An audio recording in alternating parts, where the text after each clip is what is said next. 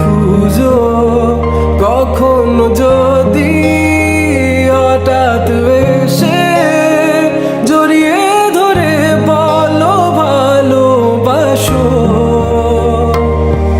আমি তখনই, হ্যাঁ তখনই তোমার নামে লেখা চিঠিটি পড়ে তোমাকে শোনাবো।